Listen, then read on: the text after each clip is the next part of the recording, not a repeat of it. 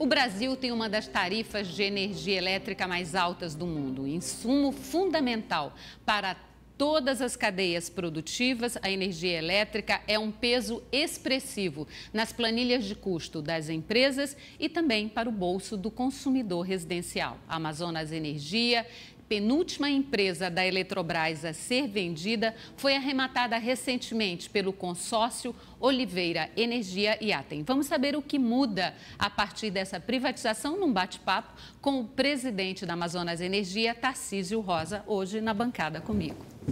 Olá, Tarcísio. É um prazer receber você. Seja bem-vindo. Muito obrigado. Desafio, hein? Desafio é grande, bastante grande. Então, você tem expertise no assunto. De Florianópolis, nascido em Florianópolis, formado em engenharia elétrica há 64 anos e nada mais, nada menos que 40 anos de experiência só no setor de energia. Fala um pouco dessa experiência que vai, inclusive, de certa forma, tranquilizar o consumidor que está nos assistindo. O desafio é, de fato, gigante, é do tamanho do Amazonas. Eu estudei engenharia na Universidade Federal em Santa Catarina, e logo entrei como estagiário na Eletrosul, que é a irmã da Eletronorte, mais conhecida aqui no norte do Brasil. Por 20 anos trabalhando em geração de energia, fui privatizado. 20 anos depois de trabalho, privatizado por uma empresa chamada Tractebel, que hoje é Engie Brasil. Por 10 anos nessa empresa privatizada, que comprou a parte de geração da Eletrosul. Essa parte da geração representava 6% do Grupo Eletrobras. E há 2 anos chegou a valer mais, já como empresa privada, do que o total do Grupo Eletrobras. Isso mostra que o caminho da privatização não deve assustar ninguém. A empresa cresceu muito. Depois desses 10 anos na empresa privada Tractebel, eu tive a experiência ainda mais interessante de vir para o Amazonas em 2010 e aqui fiquei até 2015. Foram 5 anos e meio, até outubro de 2015. Na Amazonas Energia Na Amazonas também. Distribuidora e Geradora. Era uma empresa única, onde se concentrava geração, transmissão e distribuição. O meu papel foi vir para cuidar de geração e separar as duas empresas. Uma empresa que existe hoje e é ligada à Eletrobras, chamada Amazonas Geração e Transmissão. E a distribuidora, onde hoje estou, que foi privatizada no dia 10 de dezembro, o leilão. E 10 de abril, a transferência do domínio, do controle para o consórcio Oliveira Atem. Então tem um percurso bastante grande, mas eu diria que a experiência maior foi mesmo no Amazonas. Experiência diferente para quem não é daqui, mas para quem agora já com quase 9 anos, com intervalo de 1 ano e meio, de volta ao Amazonas. Que ótimo, seja bem-vindo. Muito obrigado. Tarcísio, eu li recentemente um estudo, até por conta dessa entrevista, um estudo da Academia Nacional de Engenharia, onde o engenheiro Altino Ventura fez críticas severas à privatização da Eletrobras e ele apontava os desafios para o Brasil nos próximos anos, a partir das privatizações. Como é que você vê esse cenário, essa situação daqui para frente? Era estatal, agora Amazonas Energia, o que efetivamente muda? Você já fazia parte do quadro, assim como outros profissionais, outros técnicos. Você tinha comentado comigo que, com exceção do diretor de administração, os demais são técnicos da casa, serão aproveitados. Então vamos por parte. Na parte do comentário do Dr. Altino, que eu conheci, convivi com ele no Grupo Eletrobras e no próprio Ministério de Minas e Energia, ele está se referindo mais, talvez, à Eletrobras como geração e como grande empresa, dona de Furnas, dona de Eletronorte, dona de Eletrosul. Talvez esteja se referindo a isto. Eu não tenho nada contrário à privatização, porque vivi nisso, fui privatizado há 20 anos, como falei logo no início, tive uma ótima experiência e aquela empresa privatizada valorizou-se muito e os empregados também cresceram muito. No caso das distribuidoras, não havia mais espaço na realidade atual. Não se admite mais uma empresa que tenha que pedir licença para todo mundo, para muita gente. Excesso de burocracia. Excesso de burocracia, excesso de dificuldade. A pessoa, para fazer alguma coisa, tem que pedir licença para muita gente. Não se aplica. Quem trabalha no município ou no governo do estado sabe que para comprar um copo tem toda uma burocracia. O que muda numa privatização de empresa? Velocidade, custo, redução de custo. Você, para fazer uma licitação, você vai escolher os melhores profissionais, não vai jogar dinheiro fora. Escolhe 3 profissionais ou 3 empresas, traz para a sua empresa, negocia valores e começa o trabalho. Nós temos exemplos dentro da ainda distribuidora Eletrobras de 1 ano sem conseguir contratar um serviço essencial de poda ou de corte em situações de ligações clandestinas. Em caso de usina, às vezes leva até 10 anos. Em caso de usina, para fazer uma usina, construir alguma coisa assim, pode levar muito tempo. A empresa privada ou privatizada decide como você decide na sua casa. É evidente, você vai olhar, tem recurso? Tem. Vou fazer a melhor compra. E faz. E faça logo. Tem recurso? Tem recurso. Quanto? Os sócios aportaram, no dia 10 de abril, 491 milhões de reais. Então, tem recurso. Mas tem um dado interessante. Você imagina que até dia 10 de abril, nós não podíamos realizar nenhuma obra de expansão por não ter orçamento. Burocracia. Tinha até recurso, mas não tinha orçamento. Exemplo, Luz para Todos, que é a preocupação... Que é do governo federal. Que é a preocupação grande dos amazonenses, a gente ouve isso, que a privatização poderia acabar com esse programa. Esse programa é um programa de governo, independente de a empresa ser estatal ou privada. O governo coloca os recursos e a empresa executa. Para dar um exemplo, no Pará já realizou 3 vezes mais que nós. É empresa privada. A Bahia inteira tem programa de Luz para Todos. O que vai acontecer conosco com Luz para Todos? Agilidade, velocidade. Vamos atender mais gente.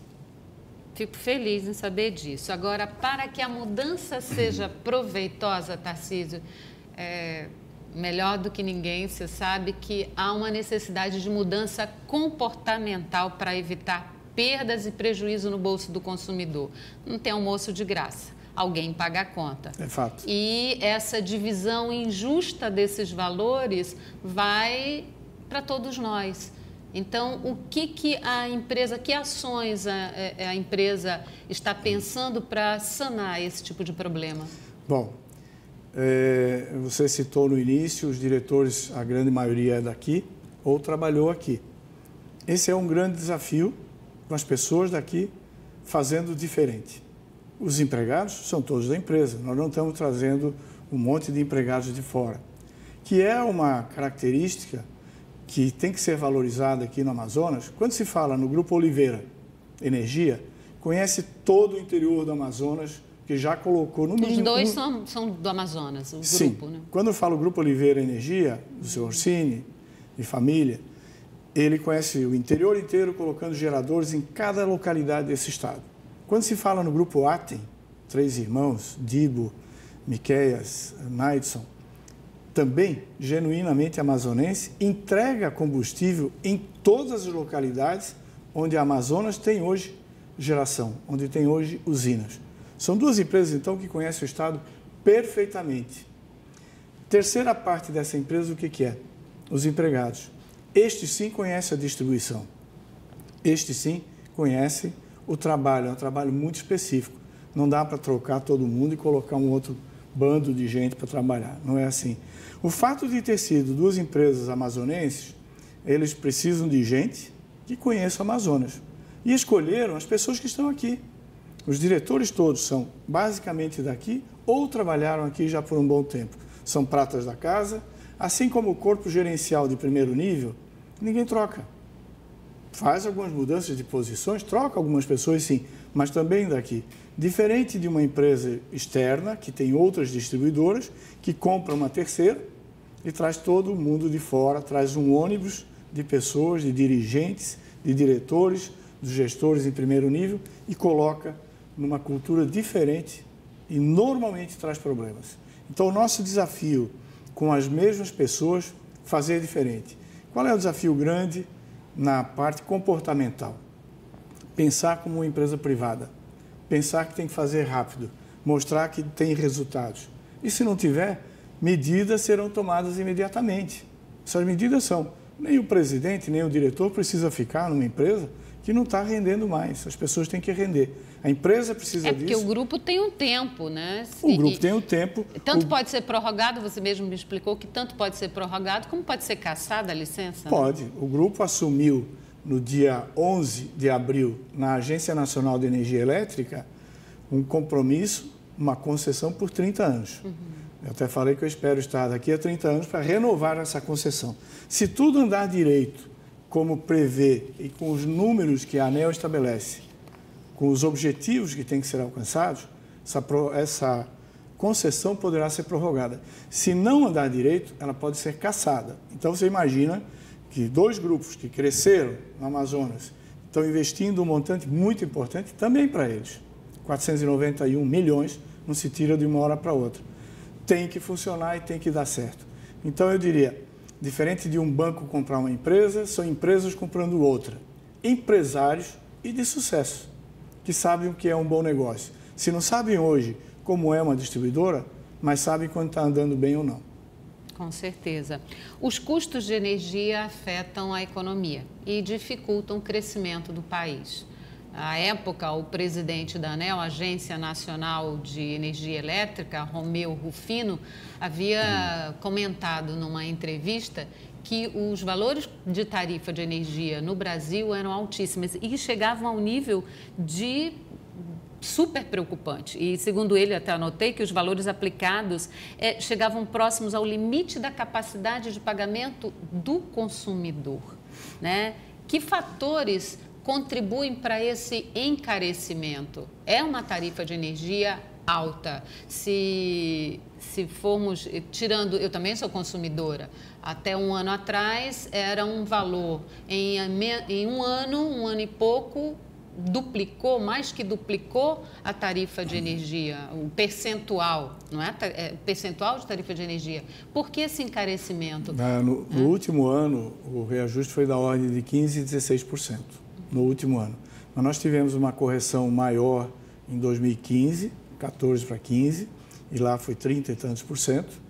De fato, essas tarifas mudaram bastante. Mas é um dado interessante, o que encarece a tarifa, a sua pergunta. Para a distribuidora, para o trabalho que nós fazemos, de receber energia, entregar na sua residência, na minha, na indústria, no comércio, fica cerca de 15%. A boa parte dessa, uma parte é a energia em si, e uma parte maior que tudo são impostos e encargos.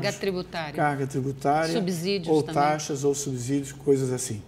Na mesma ANEEL, com o novo diretor Pepitone, diretor-geral... Hoje é o André Pepitone. André Pepitone. Ele é que assinou a concessão por 30 anos, junto com os sócios e junto, lá estava eu também como presidente da empresa. Ele falou o seguinte, todo mundo reclama, os políticos que nos representam reclamam da tarifa, mas os políticos que nos representam jogam na tarifa da energia algum outro subsídio, alguma outra conta, algum outro imposto, e isso vai encarecendo. Então, eu diria, o que encarece brutalmente o custo da energia para as nossas residências é basicamente tributário.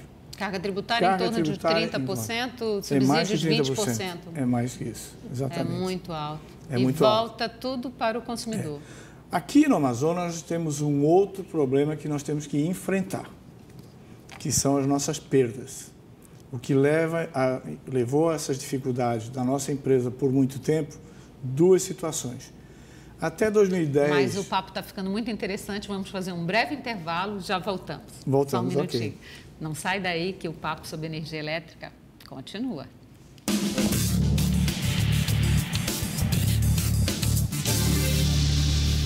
E voltamos no bate-papo com o nosso convidado especial do Band Entrevista, que é o presidente da Amazonas Energia, Tarcísio Rosa. Você estava falando sobre as perdas. Pode continuar, Tarcísio. Nós temos um problema muito sério aqui no Amazonas, em termos de perda de energia, ou furto de energia, ou fraude com energia. Existe muito desvio, né? Existe muito. Infelizmente, é uma marca onde somos recordistas que não nos orgulha. São mais de 40% de perdas, sendo que dessas são furtos ou roubos ou gato, qualquer coisa dessa natureza, da ordem de 37% a 38%. Esse é o maior problema hoje e que nós temos que enfrentar junto com a sociedade.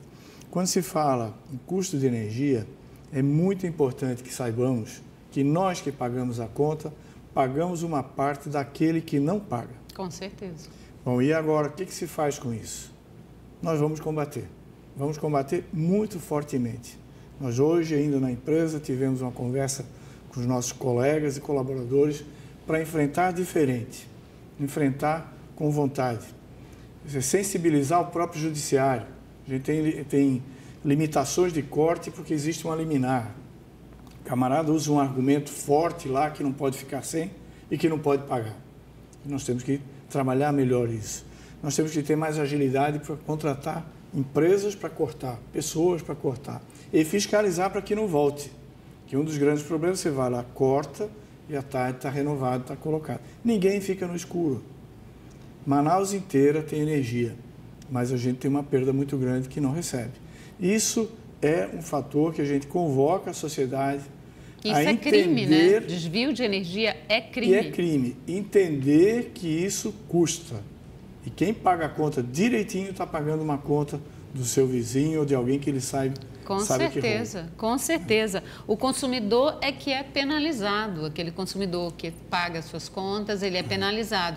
E o que mais dói no consumidor, aproveitando a sua visita, e não tem como não abordar esse assunto, é que, além de ele pagar uma tarifa alta, ele é duplamente penalizado, porque tem os apagões. Como equilibrar essa balança? Olha, a maior parte das falhas em energia está justamente associada à retirada de energia de forma clandestina. Essa fuga de energia. A fuga é um roubo. Você planeja uma rua e diz assim, tem 100 casas. No meio daquela rua, alguém tira e puxa para o lado para mais 20 casas, 50 casas. Se você for num Viver Melhor, do lado, lá um conjunto habitacional que nasceu regularizado. Do lado já tem um outro conjunto, não regular ainda, e leva energia. Essas falhas, essas oscilações, são, na grande maioria das vezes, associadas a isso. Uma outra falha que não é fora do nosso controle é o número de postes que é abaroado por dia e por mês em Manaus. Então, o carro atropela um poste e aquela região inteira fica sem energia por algum tempo. Tem outro fator também, das intensas chuvas, trovoadas. Chuvas e trovoadas é por proteção. Quando ocorre uma descarga elétrica de grande intensidade, o sistema, para proteger a sua casa ou a sua indústria, desliga para que essa descarga não entre na indústria, não chegue na sua casa. Isso é normal, não só em Manaus. Mas eu queria levantar aqui e lembrar o seguinte, como eu posso falar de 2010 para cá, morando aqui de 2010 para cá, vamos lembrar um pouquinho de 2010. Vamos lembrar de 2011, 12. Foi um ano que tínhamos uma paralisia, houve uma parada geral de investimentos e que nós começamos a fazer. Foi o recorde de investimento na história dessa empresa. Se comparar hoje, energia em Manaus, com energia em Manaus em 2010 e 2011, nós vamos lembrar que a diferença é muito grande. Está ótimo, está excelente? Não. Temos muito a fazer. Temos que investir e vamos fazer. Estamos fazendo isso. Se pensar no interior do Estado, nós temos 95 localidades isoladas entre elas. Significa, para aquela localidade coloca um gerador, para outra outro, e esse não conversa com aquele. Então a gente tem que ter um controle e uma usina para aquela localidade ou município, para outra e para outra. São 95 localidades. Nessas localidades e neste momento estão em construção 87 usinas. E agora vem o segredo do negócio. 87 usinas em construção, porque nós, na distribuidora, organizamos, junto com o Ministério de Minas e Energia e com a ANEEL, leilões para quem quisesse se habilitar a construir a usina. Então, temos hoje 87 em construção, que se fosse uma empresa estatal, nós fazendo, simplesmente impossível.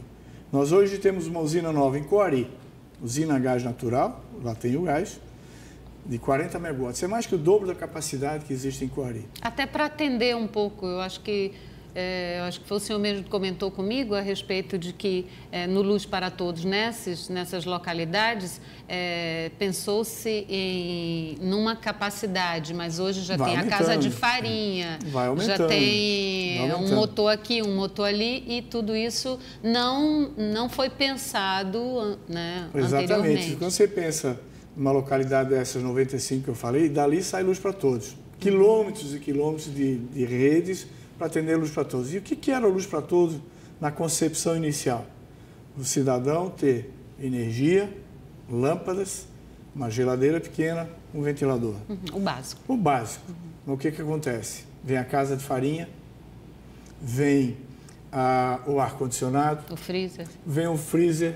Isso é uma carga. O que mais gasta energia numa casa, vale aqui de novo a dica, né? O que mais gasta energia numa casa é ar-condicionado. Cuidado com ele, ele é um conforto, mas é ali, não é nem o chuveiro. Como a água aqui é quente já natural, você não gasta muito com chuveiro.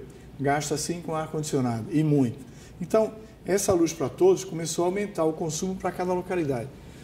Por isso, essas usinas todas com capacidade mais que o dobro hoje, para atender essa demanda. Então, eu diria, o interior muito bem atendido, e dentro deste ano, essas 87 usinas estarão operando. Ótimo, fico feliz. O Amazonas tem um potencial hídrico enorme. Por outro lado, as usinas térmicas, elas são poluentes, representam um certo grau, né, na questão do meio ambiente. E representam o dobro do custo para geração, para produção de energia. Qual o gargalo? Né? Onde está o gargalo que impede esse melhor aproveitamento desse nosso potencial? Vamos falar do potencial hídrico das hidrelétricas. Nós temos Balbina. Balbina é uma usina extremamente criticada e eu defendo. Posso daqui a pouco falar sobre isso. Balbina, pelo fato de o desnível no rio e no nosso estado, Amazonas, ser muito pequeno, você não faz numa pequena represa uma grande quantidade de energia. Tem outras questões ambientais. Cada represa cobre uma área muito grande. Então, Balbina, quando foi construída, dado que é uma planície, com 20 e tantos metros de altura, de nível, ele inunda uma área que é uma área vista de cima no mapa, com 250 megawatts. Itaipu, se você olhar o mapa, não vê reservatório, porque lá tem um desnível de quase 200 metros. E por isso lá tem 14 mil megawatts, contra 250 aqui em Balbina. Então, qualquer hidrelétrica colocada no Amazonas, por questões ambientais, torna-se quase impossível hoje. Bom, mas que outras fontes? Vamos pensar no gás natural. Manaus, até 2013, tinha mais de 1.000 megawatts instalados com óleo diesel. Hoje, em Manaus, nós temos, neste momento, uma usina de 80, falei 1.000 antes, uma 80 e uma de 20 em Manacapuru, diesel. O restante tudo é gás natural do Amazonas, através do gasoduto, hidrelétrica de Balbina, que dá 130 megawatts médios, e energia que vem do Leão do Tucuruí. Então, a mudança da matriz energética de Manaus é extremamente importante e significativa. Temos praticamente nada e mais, e vamos desligar essa usina que eu falei, diesel, em Flores, desliga. O Leão de Tucuruí propiciou esse desligamento das usinas a óleo e, ao mesmo tempo, nós incrementamos as usinas a gás natural. Que fico com um olhar mais esperançoso. Pergunte mais a gente, nós vamos dizendo que nem tudo. Modernização. Que as coisas estão boas. A modernização das regras setoriais é considerada primordial entre especialistas do setor para adequar a regulação à realidade atual do mercado. Já está tendo grupo de trabalhos ou já estão implementando métodos para esse novo marco regulatório do setor de energia elétrica do Brasil? O setor de energia ele foi copiado em algum momento em algum lugar. Né? Muitas coisas da Inglaterra até. Mas é Brasil. O Brasil é um país que não se compara a nenhum outro no mundo nenhum outro tem a floresta que nós temos, mas o que mudou muito já? Interligação. Hoje, falei do Leão do Tucuruí, é possível receber energia aqui do sul do Brasil. Como é possível, e fazemos isso às vezes, energia do norte, aqui do Amazonas, indo para o sul-sudeste do Brasil, via Leão. Nós temos uma usina nova, construída pela distribuidora, que hoje está na Amazonas Geradora, 583 megawatts a gás natural. Fica no Mauazinho, chama-se Mauá 3. E o marco vai mudando. Nós éramos isolados, estamos conectados de 2015 para cá. Então, as regras todas do setor elétrico que já se aplicavam no sul-sudeste vieram para cá. Mas as coisas têm que ser dinâmicas e ajustadas. O que se vive no Brasil e está vindo para o Amazonas? Energia solar. Tem que ter regra clara.